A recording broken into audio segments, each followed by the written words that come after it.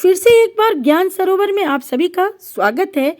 और आज एक छोटी सी कहानी जो शायद आपने पहले भी सुनी होगी, उस कहानी के माध्यम से बताने जा रही हूँ कि ईमानदारी भी एक जीवन शैली है।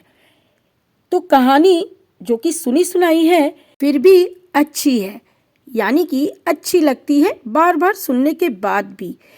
एक दिन अचानक एक गरीब व्यक्ति एक अमीर व्यक्ति से मिलने उसके घर पहुंचा।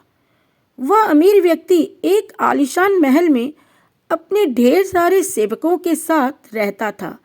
जैसे ही वह गरीब व्यक्ति उस अमीर के दरवाजे पर पहुंचा, वैसे ही नौकरों चौकीदारों ने उसे अंदर जाने से रोक दिया। पर वह बार बार उस अमीर व्यक्ति से मिलने की जिद कर रहा था।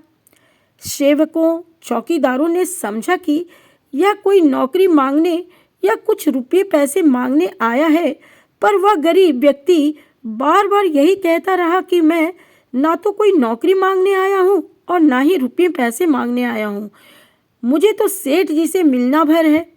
अंततः उस महल के सेठ को यह जानकारी भी मिल गई कि कोई व्यक्ति उनसे मिलने की जिद कर रहा है। अस्तु सेठ जी स्वयं ही दरवाजे पर पहुंचे। वहां पहुंचते ही उन्होंने देखा कि वह व्यक्ति खड़ा है, पर वे यह देखकर आश्चर्यचकित रह गए कि उस व्यक्ति के हाथ में जो बैग है वह तो उन्हीं का है जो पिछले दिनों वो कहीं रेलवे स्टेशन के पास भूल आए थे। उन्होंने उस व्यक्ति को आदर सहित घर के अंदर बुलाया। उस गरीब व्यक्ति ने कहा, सेठ जी, मैं एक साधारण व्यक्ति हूँ, मैं रिक्शा चलाता हूँ, इसी से अपना गुजर बसर करता हूँ। एक दिन रिक्शे से जाते हुए रेलवे स्टेशन के पास पड़े इस बैग पर मेरी नज़र पड़ी तो मैंने देखा कि इसमें सोने चांदी के गहने भरे हैं, कुछ रुपये भी हैं। मैंने फिर उस बैग में एक पर्ची में आपका पता देखा और आपकी अमानत पहुंचाने आपके पास आ गया। आप अपने बैग को ठीक से देख लीजिए, सामान सही सलामत तो है ना? सेठ जी ने अपना बैग देखा, सारा सामान उसमें सुरक्षित था। उस सामान्य से दिखने वाले व्यक्ति की ईमानदारी को देखकर सेठ जी हक्के बक्के रह गए। उन्होंने उस व्यक्ति को गले से लगा लिया और उस बैग में से कुछ रुपये निकालकर वे उसे देने लगे, पर उस व्यक्ति ने उनसे रुपये लेने से मना कर दिया। उसने कहा, सेठ जी, आपके बैग को आपको सौंपकर मुझे जो खुशी मिल रही है वह मुझे किसी रुपये पैसे सोने चांदी पाकर नहीं मिल सकती। उसकी ईमानदारी देखकर वे सेठ जी बोल पड़े, तुम धन्य हो, तुम धन्य हो, मैं तुम्हारी ईमानदारी के समक्ष नतमस्तक हूँ। और फिर वह गरीब व्यक्ति वहां से वापस लौट आया। वापस लौटते हुए उसकी ईमानदारी उसकी आत्मा को आनंदित कर रही थी, आह्लादित कर रही थी, प्रफुल्लित कर रही थी। उसे ऐसा लग रहा था कि उसने सचमुच कोई बहुमूल्य चीज पा ली हो। यह कहानी हमें यह बताने के लिए काफ़ी है कि सचमुच में असली अमीरी धन दौलत में नहीं बल्कि ईमान की अमीरी में है। अक्सर हम अपने जीवन में ऐसी कहानियों से दो चार होते रहते हैं, यानी कि इस प्रकार की ईमानदारी से जुड़ी हुई कहानियाँ अक्सर ही हम देखते पढ़ते रहते हैं।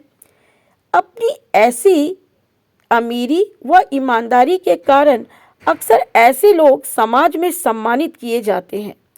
वे सुर्खियों में रहते हैं एवं जीवन के हर क्षेत्र में, हर पेशे में, हर व्यवसाय में ईमानदारी पूर्वक काम करने वाले लोग भी अपनी ईमानदारी के कारण विशेष आदर सत्कार व सम्मान पाते हैं।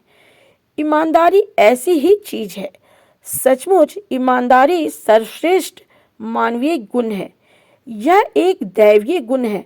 सच कहे तो मनुष्य के सद्गुणों में ईमानदारी सर्वोच्च है, सर्वोत्तम है, सर्वश्रेष्ठ है, सर्वोपरि है। जिस व्यक्ति में ईमानदारी जितनी अधिक है वह उतना ही अच्छा व्यक्ति है, और जिस व्यक्ति में ईमानदारी जितनी कम है वह उतना ही कम अच्छा व्यक्ति है। और जिस व्यक्ति में ईमानदारी बिल्कुल ही नहीं है वह बिल्कुल ही अच्छा व्यक्ति नहीं है।